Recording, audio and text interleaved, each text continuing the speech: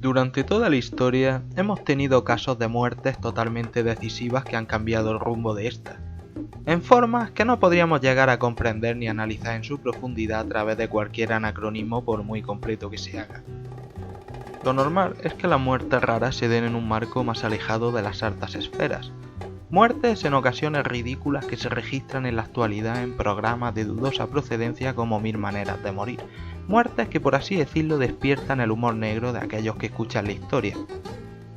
Pero ello no significa que los reyes, generales o hartos estadistas que por decirlo de alguna manera ejercen el poder de formas decisivas para poder dirigir en determinados momentos la historia, no todos estos mueren por muerte natural, en un palacio o castillo, envenenados o asesinados por la ambición de sus enemigos o incluso la suya propia, cayendo abatidos en alguna batalla crucial. A través de este vídeo analizaremos las muertes más raras y decisivas que se han acontecido en la historia.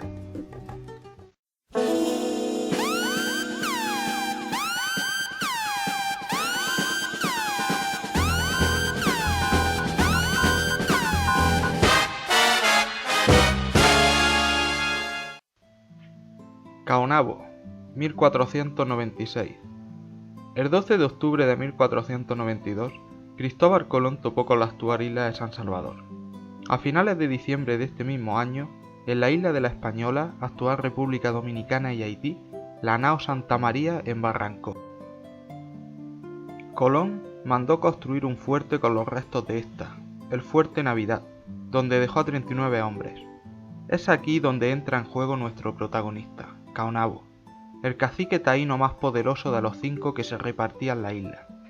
Este atacó el Fuerte Navidad y mató a su guarnición.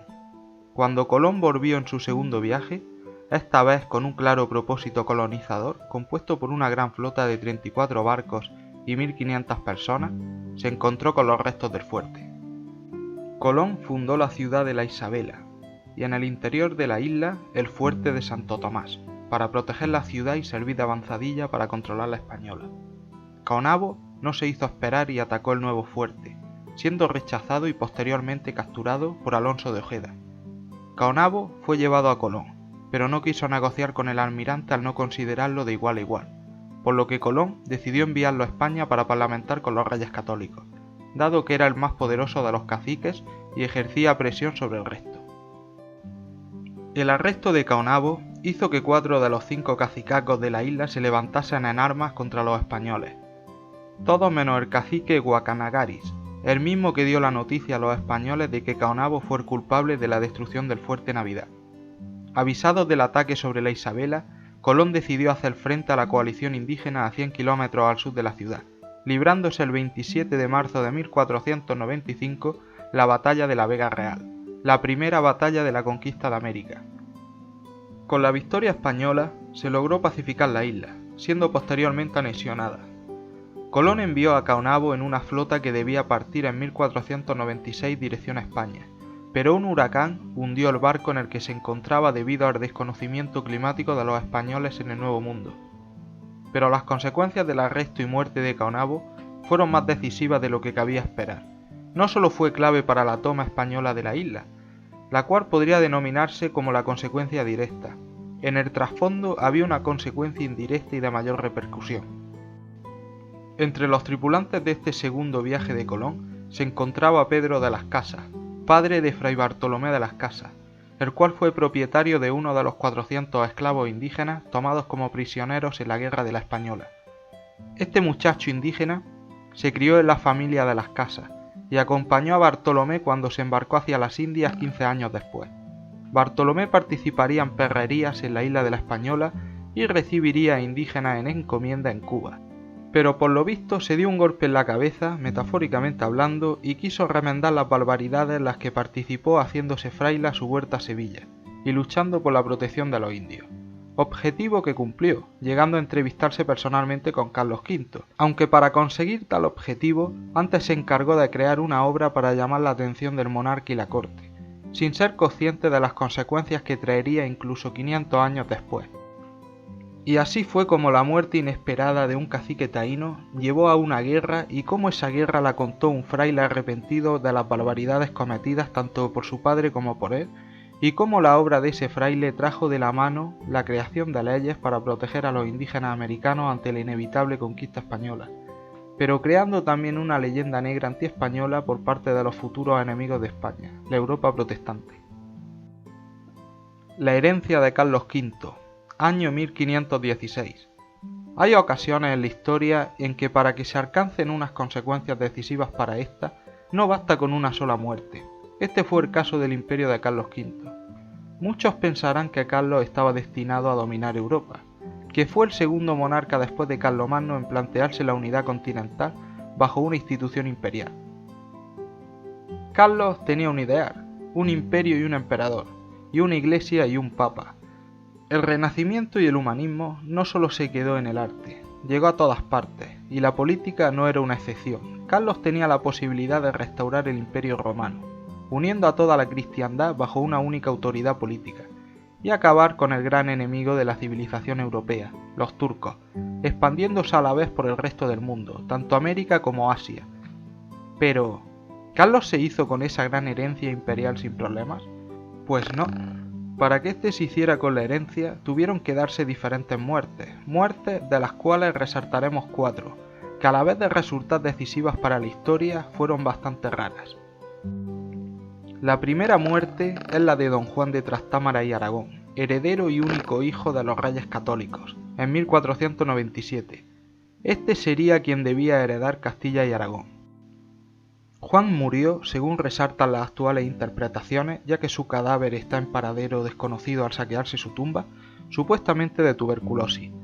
Desde joven no gozó de una buena salud, pero lo que le costó la muerte, según quedó en el itinerario colectivo, fue un sobreesfuerzo de amor. Y así era como lo interpretaron en su momento, ejemplo que queda palpable en este mensaje de Carlos V a su hijo Felipe II. Suele ser dañosa, así para el crecer del cuerpo como para darle fuerzas, y muchas veces pone tanta flaqueza al hacer hijos y quita la vida como lo hizo con el príncipe Juan, quien venía a heredar estos reinos. La princesa Margarita de Austria tenía una gran belleza, al mismo tiempo los dos jóvenes se atraían mutuamente. El exceso de tiempo en la cama hizo que la salud de Juan empeorara, terminando por morir de fiebre.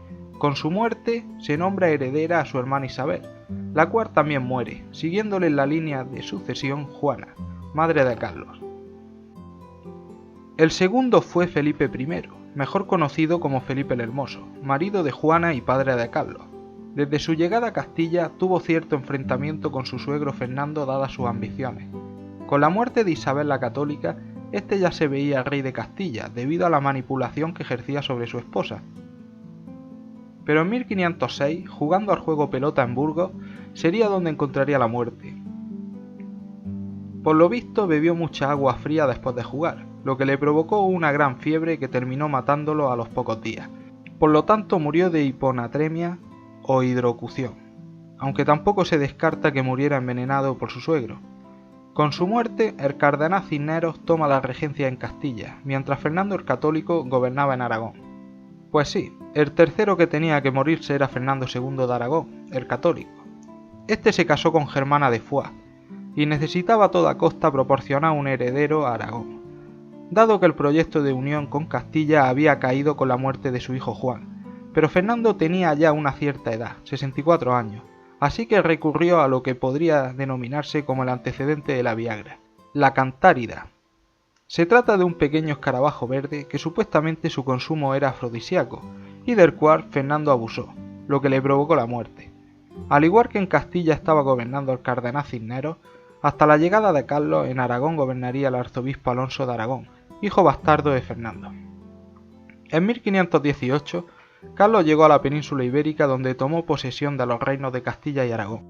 Por lo tanto, había heredado 3 reinos. El de su abuela Isabel, muerta por cáncer de útero, Castilla. El de su abuelo Fernando, muerto por el consumo de cantárida, Aragón. Y el de su abuela María, muerta por caerse del caballo, Borgoña y Brabante. ¿Podía tener Carlos más suerte? Pues sí. Un año después, su abuelo Maximiliano de Habsburgo moriría por atragantarse con unos melones, la fruta. Aunque hacía ya un tiempo que había perdido la cabeza y a donde iba llevaba un ataúd consigo, la inesperada muerte por algo tan simple y cotidiano hizo que su nieto Carlos heredara Austria sin oposición alguna, pues nadie lo esperaba. Como ya habéis podido ver, el ascenso de Carlos, el que se convirtiera en el monarca más poderoso de su tiempo, fue más debido a una serie de coincidencias y muertes un poco raras e inesperadas que a lo proyectado en un principio. Pero este imperio tuvo un defecto, debido efectivamente a esta serie de coincidencias. Normalmente, como se ha visto en la historia medieval de España, los reyes buscaban en los enlaces matrimoniales una forma de unir reinos a través de la descendencia. Pero era con los reinos de al lado, los reinos vecinos. Pero claro, Carlos tuvo un imperio europeo disperso, y siempre rodeado de enemigos. Cuando no eran los turcos en el Mediterráneo o en Austria, eran los franceses en Italia o los Países Bajos, y si no los protestantes en Alemania. De ahí que el proyecto de integración europea de Carlos V, fruto en sí del propio azar, tendiese a convertirse en un imperio atlántico con su hijo Felipe II, y convirtiéndose a estas posesiones dispersas en Europa en un problema para la dinastía de los Austria más que en una carta a favor.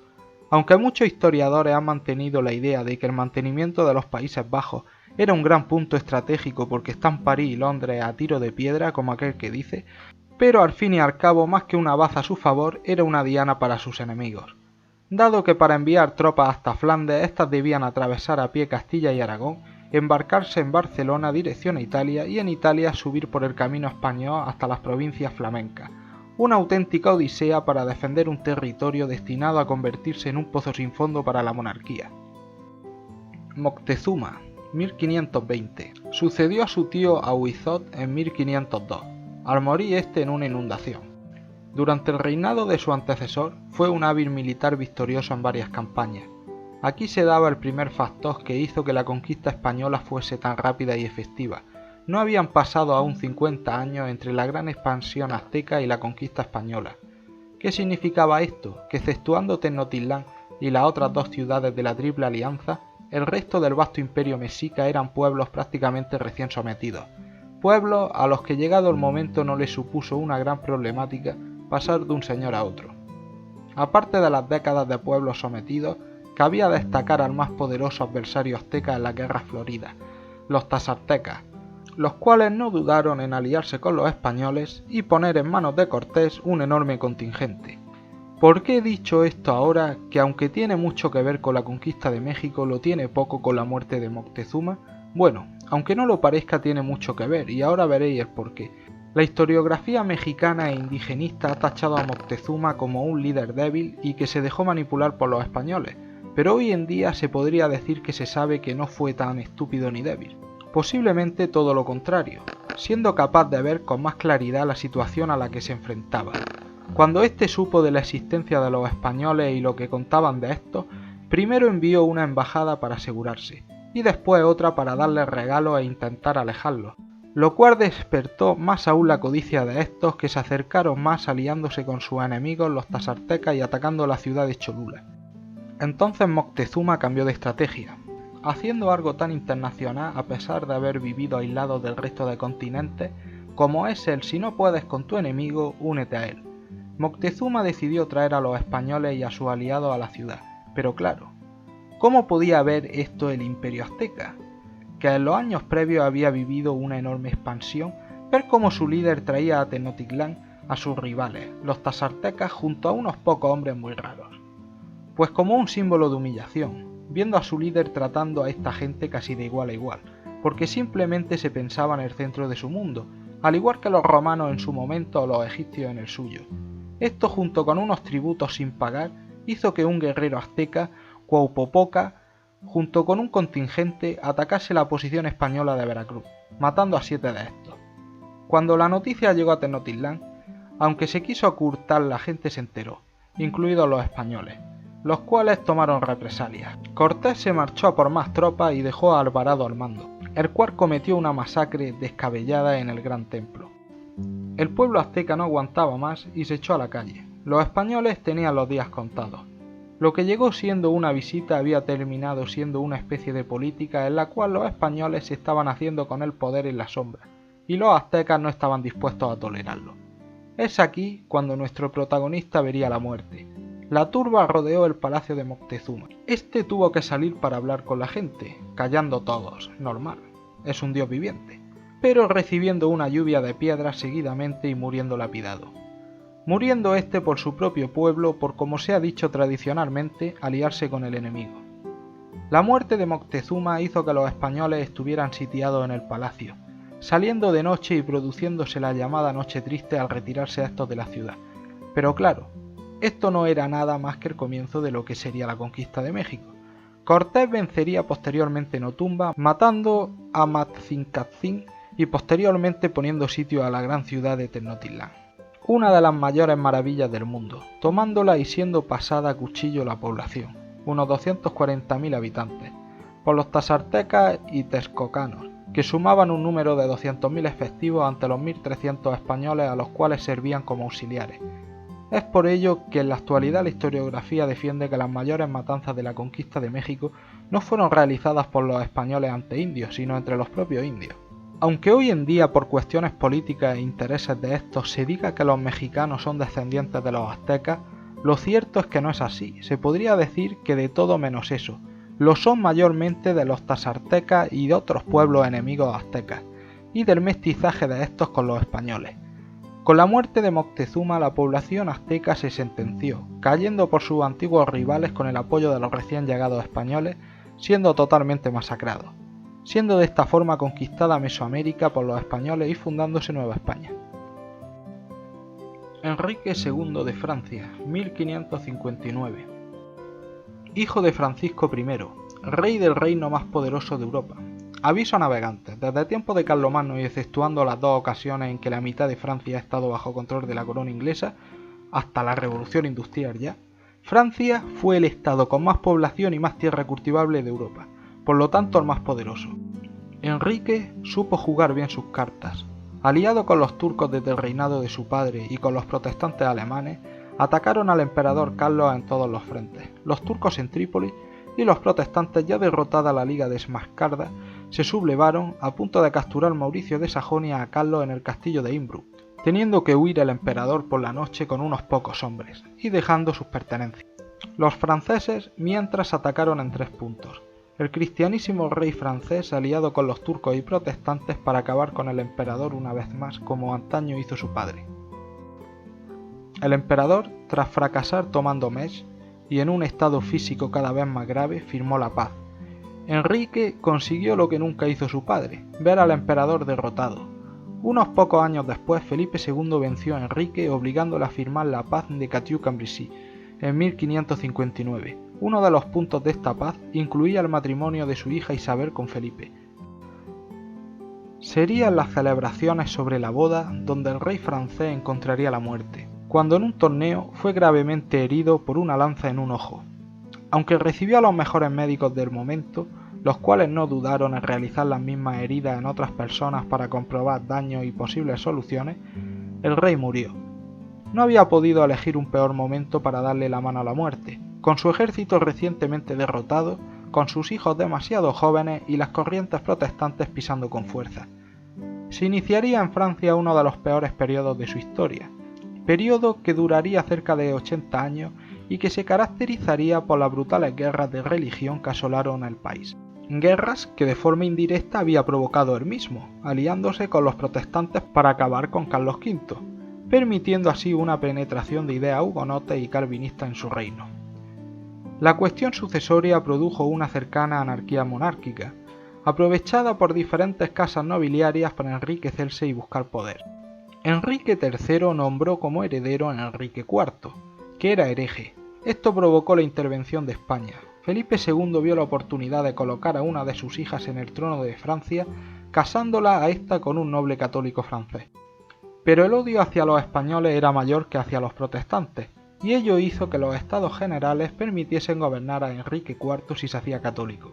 La inestabilidad persistiría en Francia hasta que Richelieu, valido de Luis XIII, convirtiese a Francia tras la Guerra de los 30 años en el reino más poderoso de Europa, haciendo que Felipe IV de España aceptase los acuerdos de Westfalia y los Pirineos. Isabel I de Inglaterra, la última Tudor, aunque en la historiografía la encontraréis más como Elizabeth.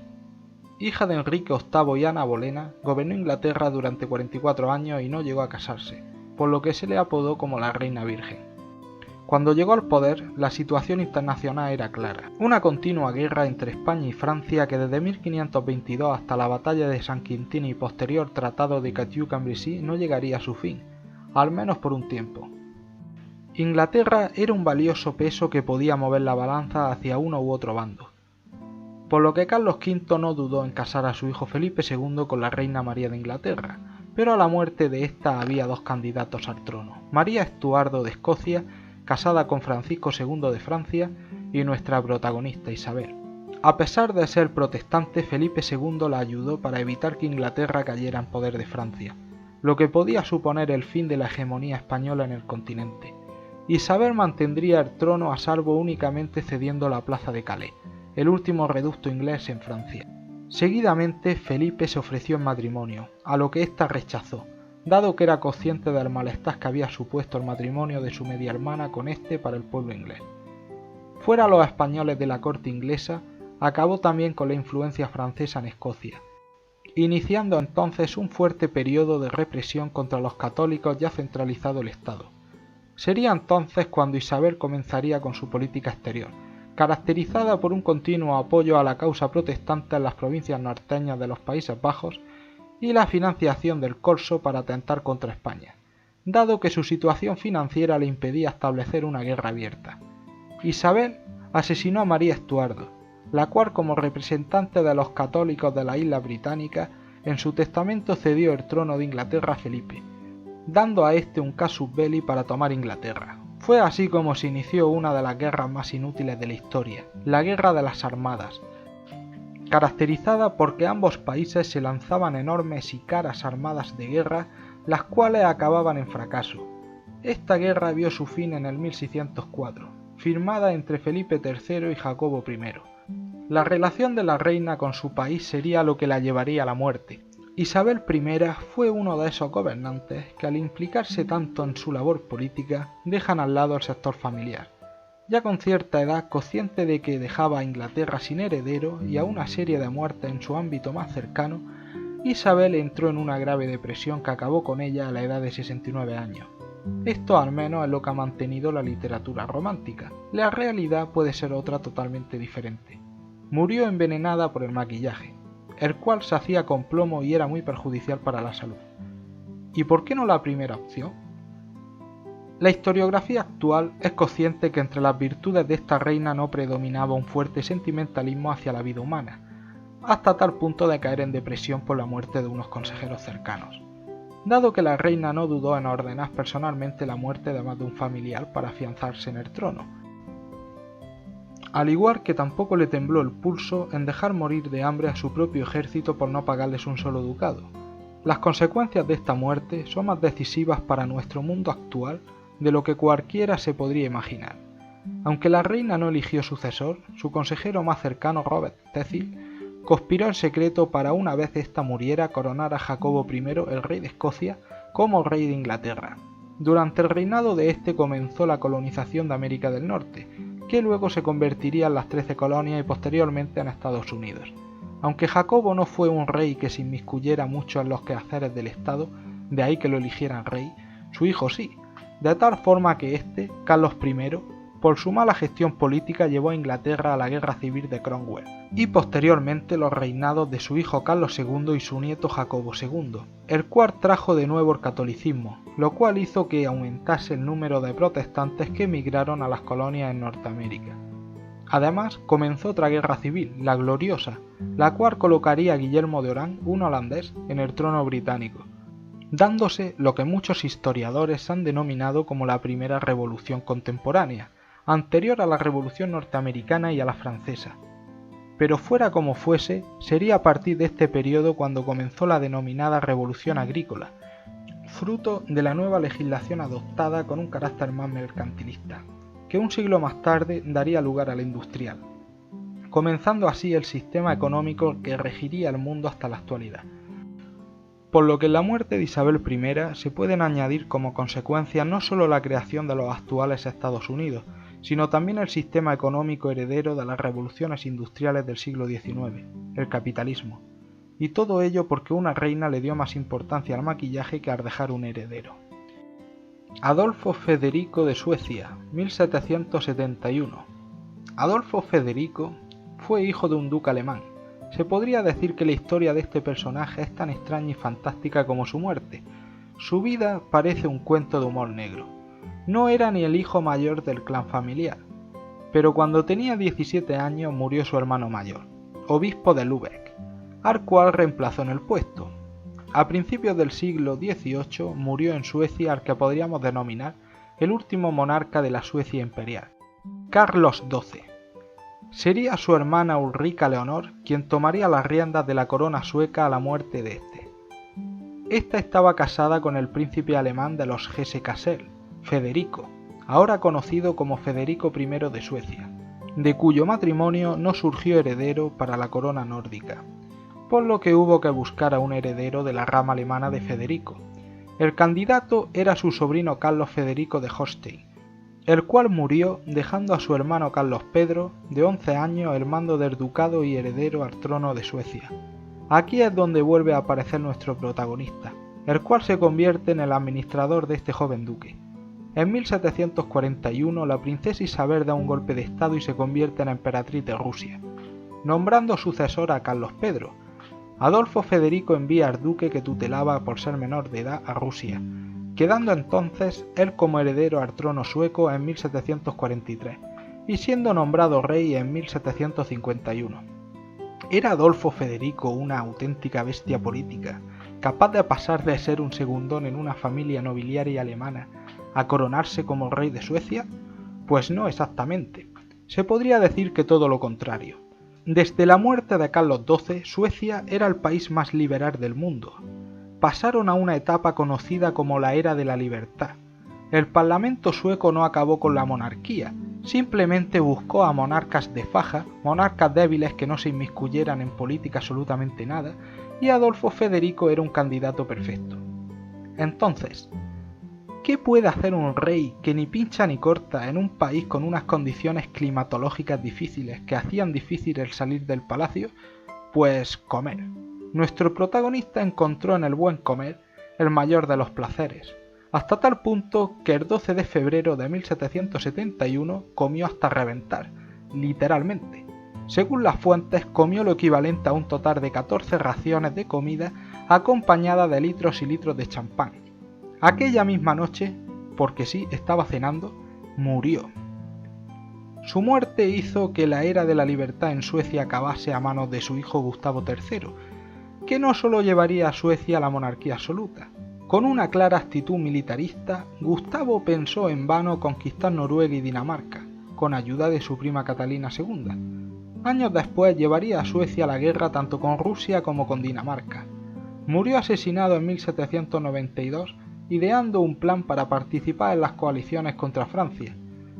Por suerte o desgracia, se acabó con los planes ambiciosos de Gustavo, que si se hubieran llegado a efectuar, habrían tenido unas consecuencias enormes para la historia. Pero de lo que no cabe duda es que una cena llevó a Suecia a un periodo oscuro que duraría 20 años, y que llevó al país más liberal del mundo a una tiranía endeudada por guerras innecesarias. El ascenso de Franco en la Guerra Civil Española. La Guerra Civil Española supuso el preludio de la Segunda Guerra Mundial, y además de ello, un escenario en el que se dieron una serie de sucesivas muertes en un ambiente extraño que raya lo conspiranoico. El protagonista beneficiado de estas muertes, como no podía ser de otra manera, Franco. Francisco Franco Bahamonde es sin lugar a dudas un personaje interesante para la historia, posiblemente si no fuera por la enorme contraposición que se cierne sobre él por la dictadura que ejerció en España durante 40 años y la represión posguerra, su figura se vería de otra manera. Repudiado por su padre, un alto cargo de la Armada echado a ciertos vicios como el alcohol, las mujeres y el juego, buscó refugio en la religiosidad de su madre. No pudo entrar en la escuela naval, por lo que fue a la Academia de Infantería de Toledo con 14 años, donde fue fruto de la maldad de los otros niños. Aquí comenzaría a fraguarse una especie de aurea mesiánica que le acompañaría hasta convertirse en caudillo, donde buscó refugio en el culto a ciertas reliquias de la antigua capital visigoda. En su promoción fue de los que peor puntuación consiguió, así que le denegaron el destino que solicitó, África, teniendo que esperar 2 años más a que se lo concedieran. En 1912 llegó a Melilla y un año después fue ascendido a teniente por escalafón. Se podría decir que los acontecimientos le fueron favorables. El pueblo español no quería guerra. La semana trágica de Barcelona lo dejó claro. Franco era un soldado ambicioso con hambre de gloria entre un ejército compuesto de quintos deseando volver a casa y regulares marroquíes que luchaban por comida, junto con una oficialidad no muy competente. Esto hizo que su ascenso fuese meteórico, convirtiéndose en el general más joven de Europa. Pero ese ascenso no se debió a la inteligencia de nuestro protagonista, que como se suele decir tan tonto no sería si llegó a donde llegó, pero se debió más bien a una serie de desafíos a la muerte en los cuales predominó la suerte. Su trayectoria antes de la guerra civil estuvo marcada por alguna que otra muerte puntual como la del teniente coronel Valenzuela, al cual se le dio el segundo mando de la Legión en vez de a Franco, estando en primer lugar Astray. Al morir Valenzuela, llegó a su cargo Franco. Después pasaría a la península y a dirigir la Academia de Zaragoza. Con la llegada de la República se cerró la Academia de Zaragoza, lo cual hizo que Franco mantuviera una serie de quejas con hazaña, quedando en el punto de mira de este y siendo espiado por 3 policías a diario. Cuando Sanjurjo intentó la famosa Sanjurjada, no contó con el apoyo de Franco. Aunque Franco perdió puestos en el escalafón militar por las reformas republicanas, su pasividad en la Sanjurjada hizo que Azaña lo ascendiera en un intento de atraerlo a la órbita republicana. Triunfante ante la Revolución de Asturias, se le concedió el mayor rango militar que podía ascender, jefe del Estado Mayor Central del Ejército. Cuando ganó la izquierda las elecciones del 36, Franco fue destinado a Canarias, lo que significaba un destierro. Franco intentó entrar en política, pero fue vetado en las listas por José Antonio Primo de Rivera. Y tras esta, espero que breve introducción biográfica de nuestro personaje, comienza el periodo en que la suerte, su devoción, o tal vez el universo como dicen los esoteristas, este joven y cauto general caído en desgracia llegaría a ostentar el poder de España. El primero en morir fue Sanjurjo, el cual se supone que debería ponerse al mando de un directorio militar que reemplazaría a la República. El 20 de julio, 3 días después del pronunciamiento militar, Sanjurjo debía coger una pequeña avioneta en Estoril. ¿Por qué aquí y no en un aeropuerto portugués decente? Porque aunque Portugal era una dictadura y simpatizaba con la causa sublevada, no quería que se le relacionara con esta si fallaba, así que se procuró discreción. El avión que debía coger Sanjurjo se estrelló contra una barrera por no coger suficiente altura debido al pequeño aeródromo. Los contemporáneos atribuyeron el accidente al exceso de peso debido a la pesada maleta del general, pero el piloto superviviente del accidente insistió en que fue debido a un fallo en la hélice que no debía haberse producido, ya que la revisó previamente. Muerto Sanjurjo, 2 meses después tuvo lugar la famosa reunión para elegir a un mando único. Godet y Fanjul, los gobernadores militares de Madrid y Barcelona, fueron fusilados por los republicanos, por lo que entre los 5 generales de división sublevados restantes se eligió a Franco como generalísimo y jefe de gobierno hasta finalizar la guerra, pero se manipuló el mensaje difundido posteriormente en la radio tachando la última parte de esta frase. Entre estos generales de división, Cabanelas y Queipo de Llano eran los que más sombra podían hacerle al generalísimo, sobre todo el primero, que lo había tenido bajo su mando en África, y no se fiaba absolutamente nada de él. Sabía que si se hacía con el poder no lo iba a soltar. El general Mola, aunque había sido la cabeza pensante del pronunciamiento y artífice del nombramiento de Franco como generalísimo, no estaba entre los candidatos debido a que era general de brigada, pero eso no quería decir que no pudiera hacerle sombra a Franco. Algunos han llegado a tratar la hipótesis de que apoyó el nombramiento de Franco porque pensaba que sería el más fácil de quitar del medio para poder colocarse él. También se ha dicho que Mola contaba con más apoyo por parte de los italianos y alemanes que Franco, al cual criticaban a estos dado que al parecer estaba alargando la guerra a propósito, teoría que mantienen la gran parte de historiadores actuales, estrategia que usó para afianzarse más en el poder, evitando tomar Madrid en varias ocasiones y posteriormente haciendo lo mismo en Barcelona. El 2 de junio del 37, el avión de Mola se estrelló, mientras este iba a entrevistarse con Franco. A esto apuntan nada más y nada menos que 3 teorías. La primera es que con la niebla el avión se estrelló. La segunda, que el avión fue derribado por un piloto republicano. Y la tercera, que le echaron algo como calmante a los pilotos en la bebida. Las tres teorías están argumentadas y tienen base historiográfica, pero no podemos estar realmente seguros de lo que produjo el accidente que acabó con la vida de Mola. Cabanela se podría decir que entre los miembros de la Junta era el que menos se fiaba de Franco. El día que lo nombraron generalísimo, este insistió en que si se hacía con el poder jamás lo soltaría hasta morirse. Es por ello que lo primero que hizo Franco al llegar a ser nombrado generalísimo fue enviarlo a un puesto sin responsabilidad. Cabanela no tuvo la oportunidad de ser nombrado él mismo como generalísimo, dado que tenía un pasado masón y por también tener un ideal republicano. Este murió en mayo del 38 en Málaga, mientras revisaba el acuartelamiento, supuestamente por muerte natural, aunque tenía 66 años. Al morir fueron requisados por orden de Franco todos sus documentos. En octubre del 38 se dio una muerte bastante rara, muerte que iba a pasar desapercibida en esta lista por carecer del factor decisivo, pero rara desde el punto de vista de los sabotajes aéreos, y fue la muerte del hermano de Franco, el famoso aviador republicano que se pasó al bando de su hermano al ser nombrado este generalísimo. De esta muerte podemos estar seguros al 100% que se trató de un sabotaje, pero el misterio resalta en el quién. Se ha dicho que pudieron ser republicanos, sublevados descontentos e incluso masones. Toda esta serie de muertes en la alta cúpula del bando sublevado fueron creando un ideal mesiánico en torno a la figura de Franco, que sumado a la religiosidad de la época daba la impresión que Dios lo había colocado ahí, cosa que incluso él llegó a creer bajo el lema de caudillo por la gracia de Dios.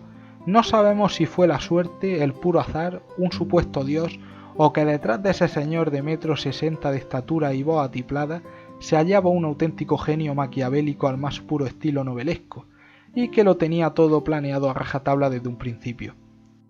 Pero así fue como un hijo repudiado por su padre, que no lo quisieron en la armada, que rechazaron al intentar entrar en la masonería, que fue víctima de burlas durante toda su juventud, que casi matan en África, que no pudo entrar en política y que fue repudiado por el régimen republicano. Así fue como se hizo con el poder de una nación que pudo haber sido clave para la historia si hubiera intervenido en la Segunda Guerra Mundial.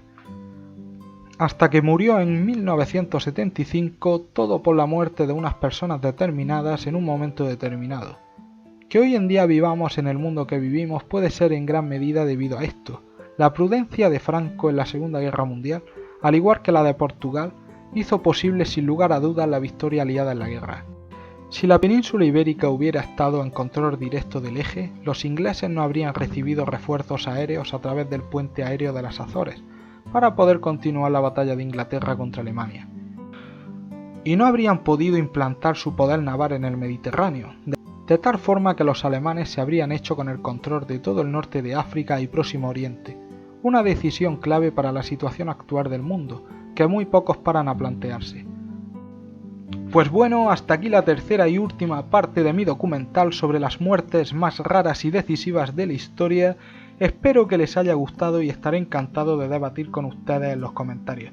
No olviden compartir el vídeo para una mayor difusión y hasta el próximo vídeo.